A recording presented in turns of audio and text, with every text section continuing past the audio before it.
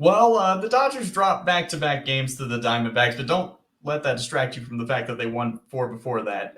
Interesting week for the Dodgers. My name's Ryan Berchinger, and today I want to talk about Tyler Glasnow's last couple outings because something really weird is happening to him. We will dive into that next.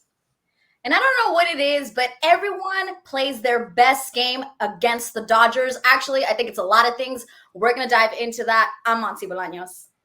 I'm Beau Benson, and I have a very simple fix for one of the biggest issues plaguing baseball this year. That's right. This is the Sick Podcast, the Dodger Zone. Let's get into it. Turn up your volume. Because you're about to listen to the Sick Podcast. The Dodger Zone. Strike three. Dodgers have won it all in 2020. Fernando Valenzuela has pitched a no-hitter at 10:17 in the evening of June the 29th, 1990. If you have a sombrero, throw it to the sky. The sickest LA Dodgers podcast. It's gonna be sick. Yeah, guys, a weird week, I'd say, for the Dodgers, which is, again, how nice it is to be watching a team that wins 4 games in a row, and then we still call it a weird week. But hey, such is baseball, where sometimes the offense just kind of disappears. We saw that happen over the last couple of weeks. There will be a couple games here and there where suddenly just no one hits. And I want to start it off there because that's my point about Tyler Glasnow in these last couple outings. So Glasnow threw 5 innings, gave up 3 or 4 runs last night, and he had good stuff, but then you eventually get hit. It happens again. It's the same sort of outing he had a few weeks ago with the Nationals. But looking at these last 3 outings from Tyler, you have back-to-back 5-inning outings and then 7 innings against the Padres where he was fantastic. 17 straight innings of 0 run support. Nobody has scored a run on the Dodgers in an inning that Tyler Glasnow has pitched since like May 3rd, I believe it was, his outing against the Braves. So that's 3 straight outings now where not a single run of support for Tyler. For Tyler Glasnow. So just stupid. I was about to say Trevor because somebody misspoke his name one time, and now suddenly I have to question it every time. Thanks a lot. That's all of us. All of us now. But the point I want to make about the fact that Glasnow's not getting any run support, this is the ace of the staff, right? You go out there and you pitch as well as you can. You can't hit for the team, not anymore. And even then, when the National League didn't have a DH, you weren't expecting the pitcher to carry the offense. But when you go out there and do all you can and not get a single run of support, it's incredibly frustrating. And to face that level of adversity sucks for him. But I do want to spin this a little bit because, again, he's the ace of the staff right now, and it probably will be said. He's going to be the game 1 starter in a postseason series. Mm-hmm. And when you go out there game 1, you are facing another playoff level team and their number 1 starter as well. So it's possible that your offense, even though this is the Dodgers, they should perform. This is a team that should be able to hit against any pitcher out there.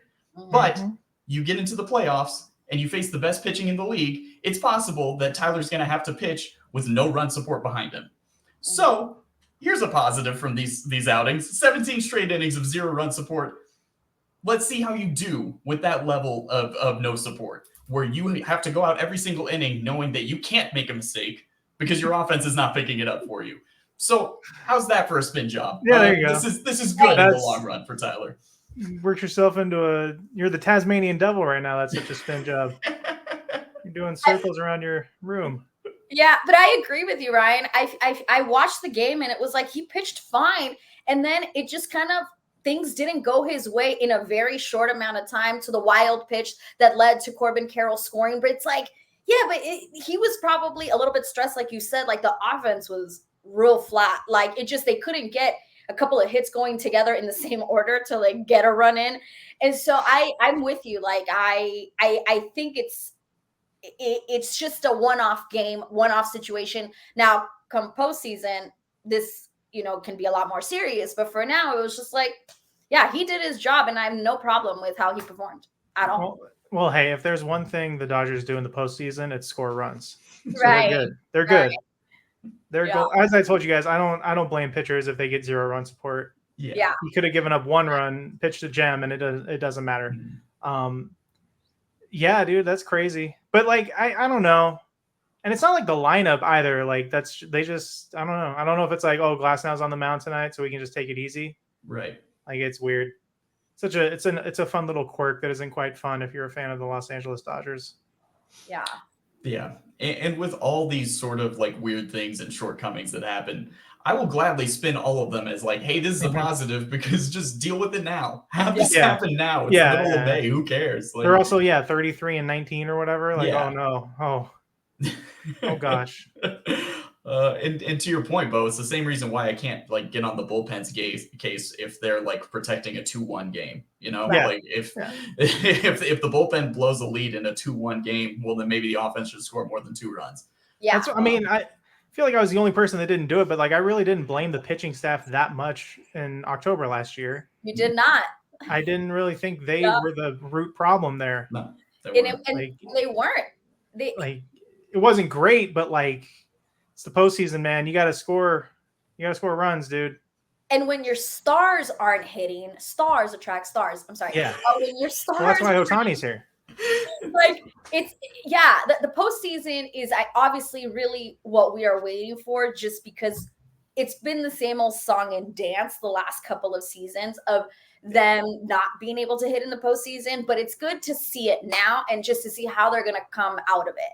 Like it's a good speed bump to have now, because we can't pretend like that's not something we experience. It is something we experience, and we've experienced it at the worst freaking time. So maybe just get them out of the way now. Yeah, like do that all right now in May, June, July. Go ahead, have those hitless games, those scoreless games. I don't care. But it's hard to not think about the postseason when these games happen. It's hard. Yeah, especially like when you end up going against like postseason level play. I mean, we do forget the Diamondbacks did just go to the World Series. Like we do forget that that's that team.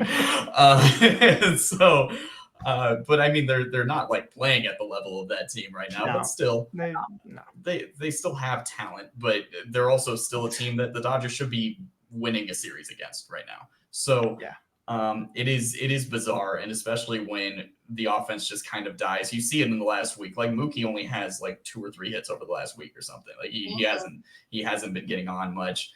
There were a lot of situations, especially in the shutout against the Diamondbacks. They would get into situations where they could drive in a run, and they didn't. And again, like such as baseball, like honestly, like that stuff happens all the time. But it when it piles up, it gets frustrating. And then when that sort of thing piles up, you just kind of have to see how the team responds.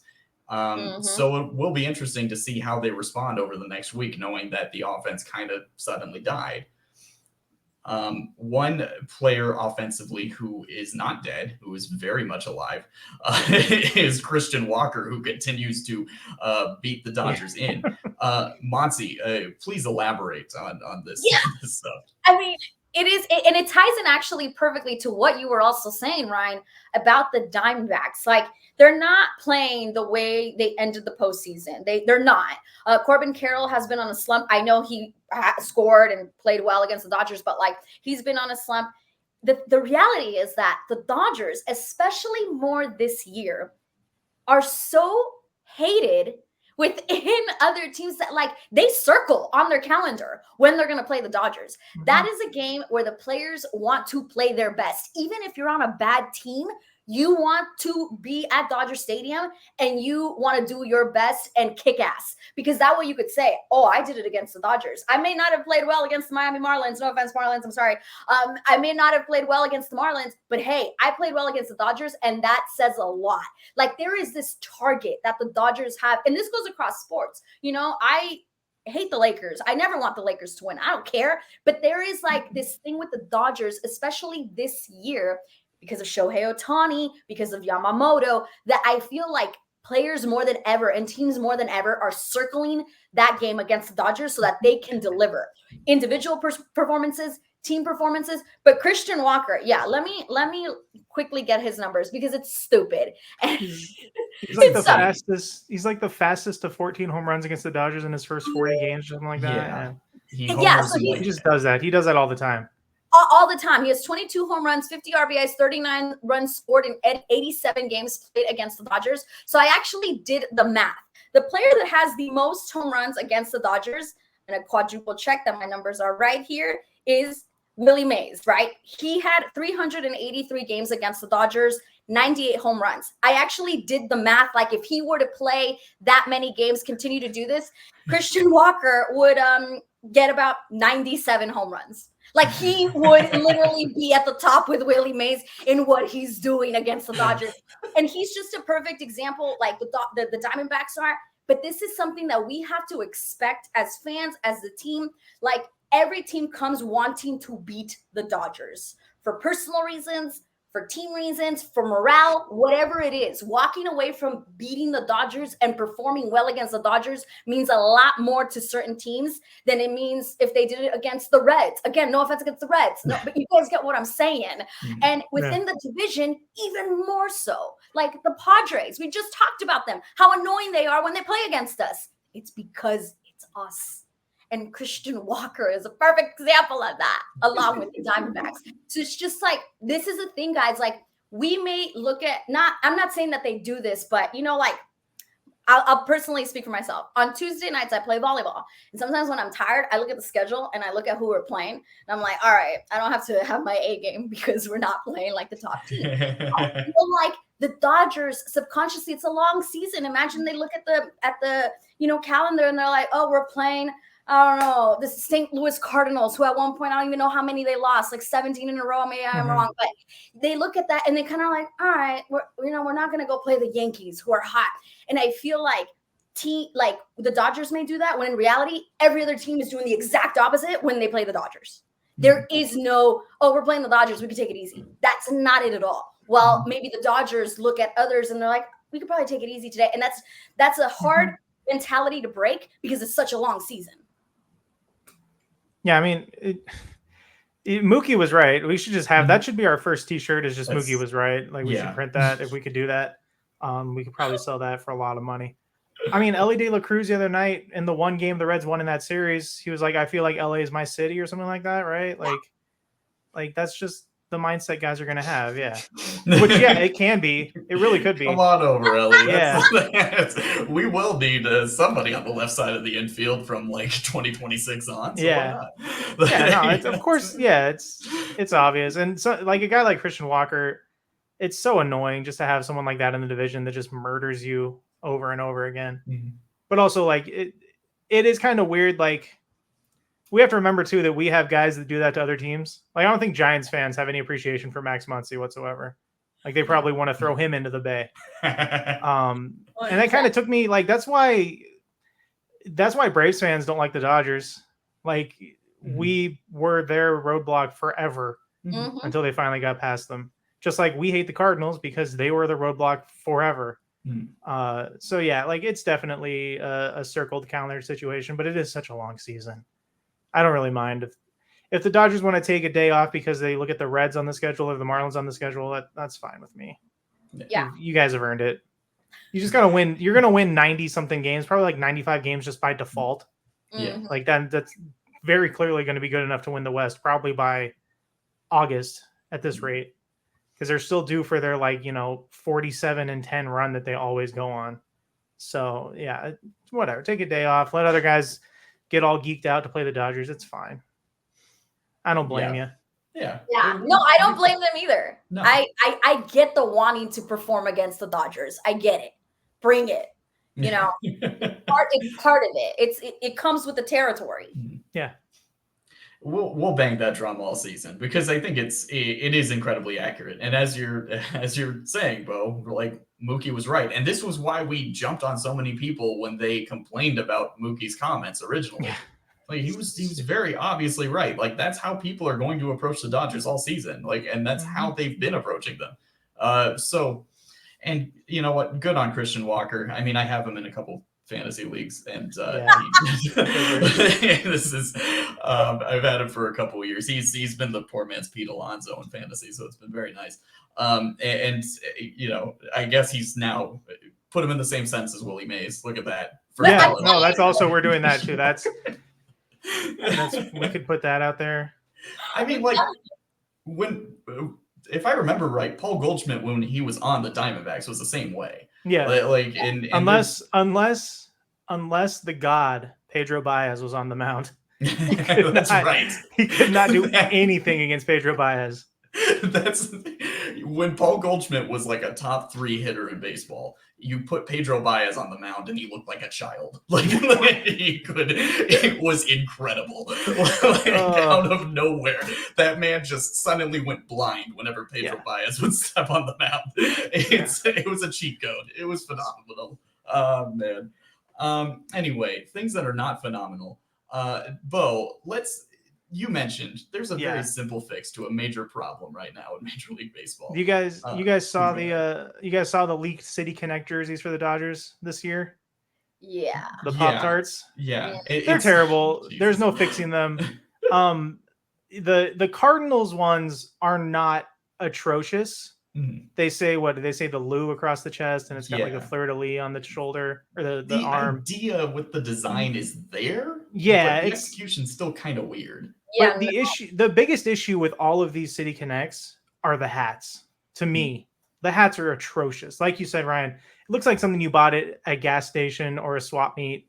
Yeah. 3 for $10 and give them to your friends. Like they're so bad. It's the Detroit one is the worst. It's terrible. I think the Mets one sucks. Like the Mets one looks terrible.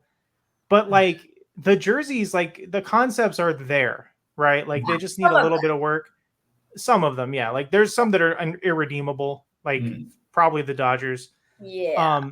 I think the simplest fix to make any of these jerseys work, just wear the regular hat, please. Yeah. I don't wear know the why regular hat. Do that. Yes. They're the city connects, right? Like the Major League Baseball logo for every city, like every metro area that teams are in, represents that city.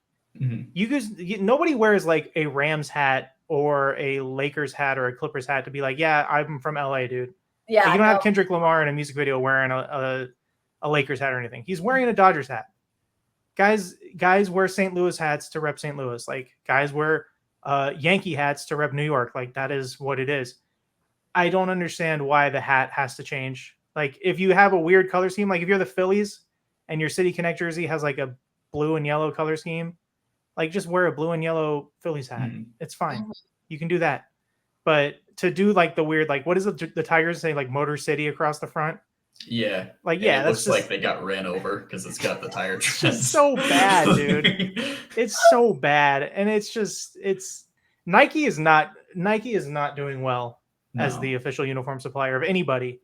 Like we can have a whole conversation about what they've done with basketball jerseys for another day, but like these City Connects are just atrocious. But just wear the regular hat. Just wear the regular hat. Yeah. The Dodger one would be passable, I think, if they didn't have the weird LAD logo on the hat. It's stupid. And yeah, the Cardinals, I think, just say STL across the hat, like in bold letters. Like, it's ugly. Yeah. It's ugly. Come on, guys. It was a good point, and I will credit it to Chris Perfett, works at Fox Sports Radio with us, Pride of Detroit podcast. And he made the point, and he's after the Detroit City Connects came out, he said, at what point do we stop bashing fanatics and realize that Nike is the problem here? Yeah, and I think that's a good point. Well, the MLB Players Association did in fact blame Nike when they announced that they'd be changing next year. But it is important to point out that the MLB Players Association does have a huge contract with Fanatics. So Yeah. everybody here sucks. My Yes. issue with Nike is really it's more in basketball, but just the constant stream of alternate jerseys that they produce every single year. And they're going to start doing it with baseball. And I'm Quite sure a they'll lot. start doing it with the NFL too. It sucks. Yeah. You cannot go online and buy one of the Wolves jerseys that they've been wearing for the entirety of the playoffs, the Classic Edition. They just don't exist online. Yeah. They're just not there. And everybody loves them. They're sick. There are Laker jerseys from 3 years ago that look cool that you just can't get anymore because Nike doesn't make them anymore. Yes. And they cycle them out every single year. It's ridiculous. And I'm sure, the City Connects, the Dodgers, I think, are the first team to get another one. I'm sure that's coming to baseball too. But design, quality, everything, it sucks. It's so crazy that Return to Majestic. I didn't expect them to actually fess up and own up to the fact that they didn't do a good job with the Dodger City Connect. It surprised me. And what's crazy too is the Nationals one is getting taken away, and that's one of the best ones. That's one of the only good ones, I think the National one's great. And there's a couple the City Connects that are good are really good. Mm-hmm. But the ones that are bad, I really like the Padres. I don't want to admit it. The Padres are fine. I like the actually- Padres. Yeah. I think they're fun. Yeah, they're fine. I think they work. I like the Marlins. Yeah, I like the Marlins too. I like the Mets one. The hat is different, but I do like the gray Met. It just says New York, and it's dark gray stripes. Yeah. I like that. The Rockies was good. I like the Rockies one. That was fine. The Rockies one is really good. I like the Angels one a lot. And it just looks like a throwback Angels jersey. It doesn't really look like a City Connect. It just looks like a throwback, but it's cool. I think the Royals and the White Sox have good The Braves ones. is good too. Yeah. Yeah. So it's not bad. I think you just got to wear the regular hat, man. The Brewers with a baby blue and it just says Brew Crew across the chest. Just wear a baby blue Brewers hat. You're good. Yeah, I hear what you're saying. I think that would help a lot. However, with the Rays, is the Rays hat with the skateboarding Ray? You would just put that on the side. You'd put that on that is too cool to get rid of. That's preserve that. In fact, make that the new, I know it doesn't have anything to do with actual Rays, but just make that their standard uniforms from now on. That one's fantastic. I mean, we can admit the real reason the Dodgers are getting a new City Connect before anybody else, right? We all know why. Is his name Shohei Ohtani? No, it's a different guy. Those are the Julio Urias jerseys. Yeah. Oh, I see. Yeah. And that's those really were synonymous with him. Yeah. They were wearing them specifically for his starts. His bobblehead was in the City Connect. I haven't thought about that dumbass. I know. I legit. When I was like, who are you talking about? He was about to get a $250 million contract. Yeah. Pendejo of the year. So yeah, no, that was his jersey. That's totally why they're getting new ones. Yeah. And really, the old ones aren't awful. They're not bad. They're honestly, they're better than the one that just leaked for sure. Yeah. I want to hear the explanation for why this new jersey represents LA. I know. I really am very curious do we eat more Pop-Tarts than any other state per capita or something? For those who haven't seen this, again, this is not confirmed. This is a rumor, but it's from a guy who has previously leaked different City Connects. So it's sports logos, seems pretty right? reliable. Yeah. Yeah. But the jersey itself is white with, imagine the vanilla, the cherry flavored Pop-Tarts with the sprinkles on it. It's it's a light speckling of red and blue. Does it say Dodgers or does it? It says I can't remember. Los Angeles. It's I have a picture. What I do actually, and this is where it will get interesting. I actually think the logo they've got on the side that intertwines the LA with the D. Yeah. That's weird. That's the font is too. Again, it looks too cheap. Like that looks like a gas station. Yeah. Shirt. My initial thought with the specs is is this related to Elton John? Is this something that he something similar to what he wore when he played at Dodger Stadium? If they wanted to do that, they should have just gone full on. Just I know it straight should up be bedazzled sparkly. it. It should be sparkling. Just give us sparkly jerseys, man. Screw it. But and I've seen people throw this around, like the old like Hollywood Stars jerseys that they would do for like the celebrity All-Star game in like the 80s and 90s. They should have just used that. That would have been great. And the big thing with the older City Connects, and my big point is, I love the alternate blue jerseys that half of their fans wear, but the team never wears. I would love to see them just on a rare occasion, just wear that alternate blue jersey. Like I have 2 of them. I love them. Yeah, that should be like Sunday. Those should be Sunday night games or something like that. You should wear those. Yeah. Yeah. I don't know why those aren't in the rotation. It's ridiculous. Yeah. Yeah. That and the baby blue Brooklyn jerseys. Come on. Let's get it together, I can't believe they don't bring that one back more often. Like, that is the one thing I will give credit to the NBA for, is that they're willing to like wear different jerseys. Like sometimes it's way too much, but like, yeah, if you're a team like the Dodgers or the Cardinals, good luck having anything unique in your lineup. You're either getting the home whites, the road grays, and if you're lucky, maybe you get the road grays with the Dodgers across the chest instead of LA. But other than that, nothing. No fun. Nothing. And there's teams that like can't even wear alternates because Fanatics hasn't delivered them to you yet. So that's good. That's true. I think like, the Phillies still don't have like their Sunday throwbacks that they wear. Like they just don't have them. Yeah, don't take my dismissal of Fanatics for Nike seriously. It's still very much, Fanatics very much sucks still. Like yeah, no, don't get it twisted. Like they are also screwing this up. Oh man, yeah, just we can go on and on this because I think like I just want them to wear the blue jerseys just sometimes. Yeah, that's all I want.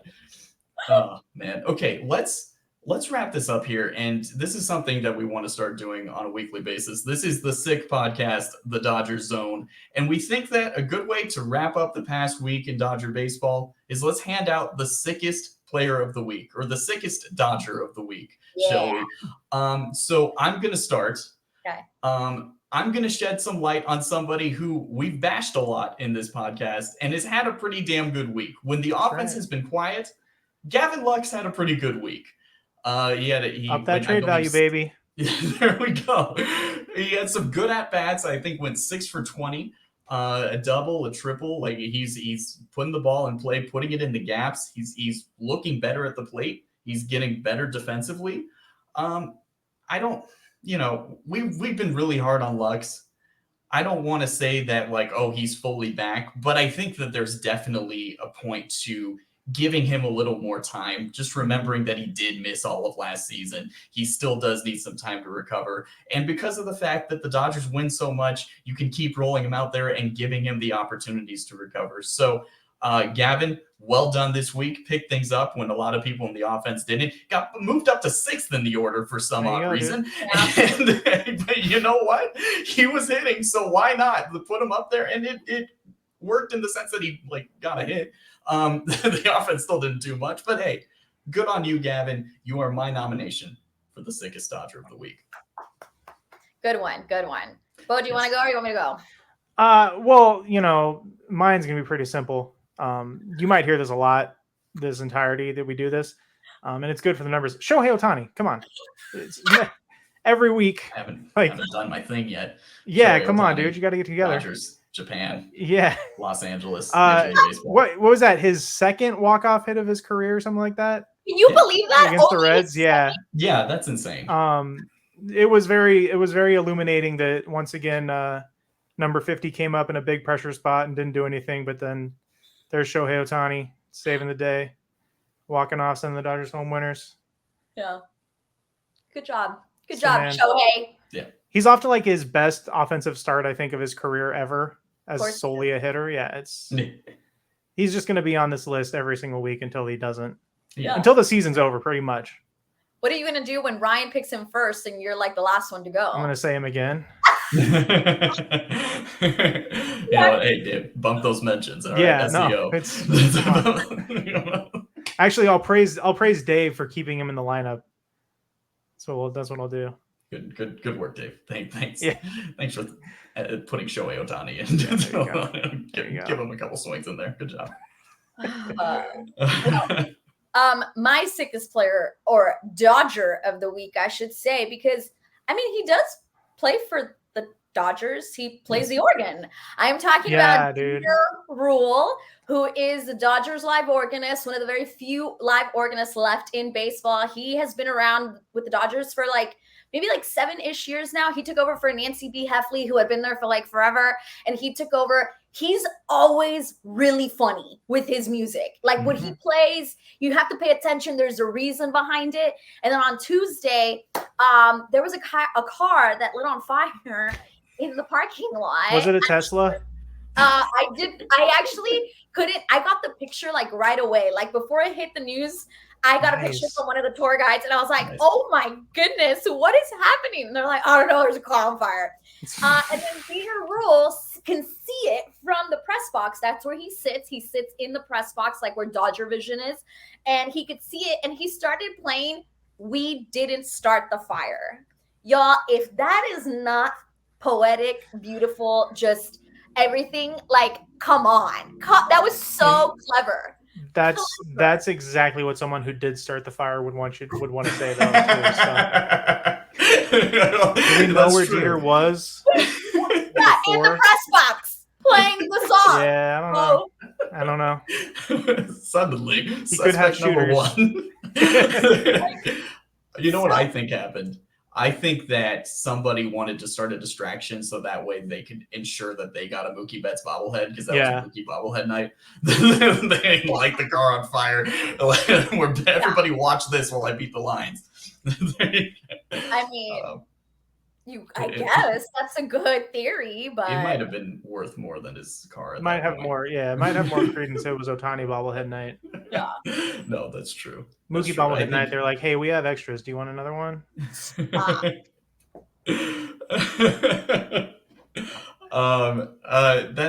Dieter Rule's fantastic. He's been doing this for so long. He's a monster. He's a beast. And I've always appreciated his random 311 reference. Whenever it's a 3-1 count with one out, I always dig that. Playing the Tarzan song whenever James Outman makes a catch. That's a good one. So yes, we'll be hearing that one for a while. That's playing so loud they could hear it in Oklahoma City. Yeah. And I want to just give an honorable mention for sickest Dodger of the week, because we haven't mentioned Walker Buehler had a very strong outing against the Reds, and that was great to see. We talked about how, last episode, giving him a bit longer of a shelf life before you make any judgments, but to see how strong he was in that outing, really, really refreshing. It was nice to see a glimpse of classic Walker, and hopefully we get more of those as we continue. Monse, not to dwell on this car fire, but you work at Dodger Stadium.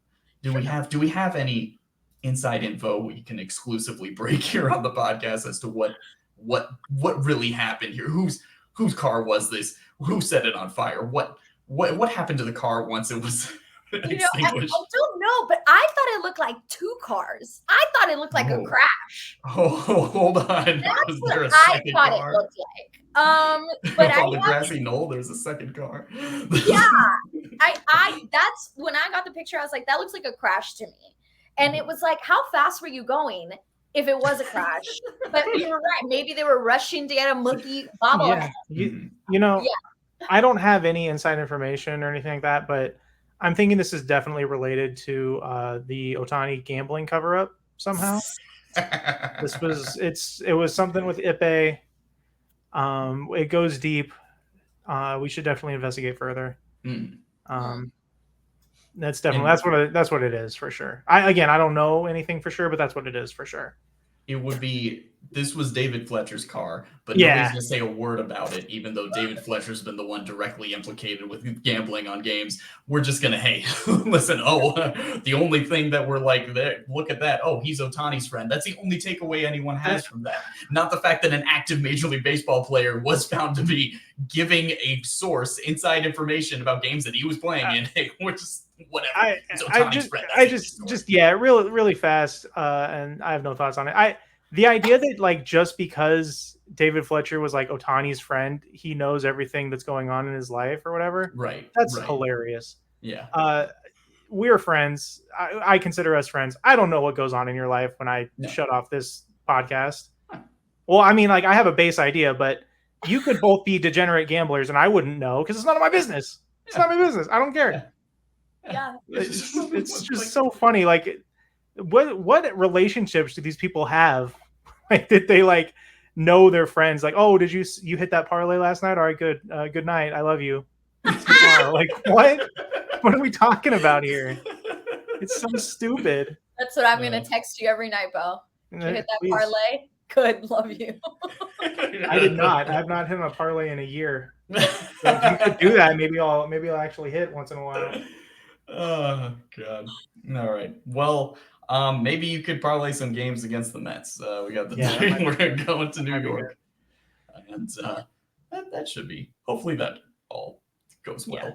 Yeah. It should be fine. It's all good. All right. Well, we'll wrap this up here. Again, this is the Sick Podcast, the Dodger Zone. Follow us on Twitter at.